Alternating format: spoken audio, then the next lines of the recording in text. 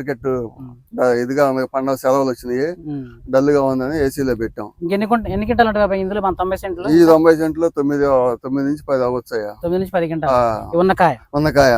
ఇక అయిపోయినట్టు, చాలా వరకు అయిపోయినట్టు. అయిపోయినట్టే. మన కాపు కూడా చూడండి, దగ్గర దగ్గర కాపు, జంట కాయలు, జంట దగ్గర. మనకి ఫ్లవర్ స్పెషల్స్ ఏమైనా వాడి ఉంటారా పూత నిలబడేదానికి, లేకుంటే కేవలం ఫ్లవర్స్ అంటే మామూలుగానే వాడాం, న్యూట్రల్స్ ఇవన్నీ వాడుకుంటా వచ్చాం.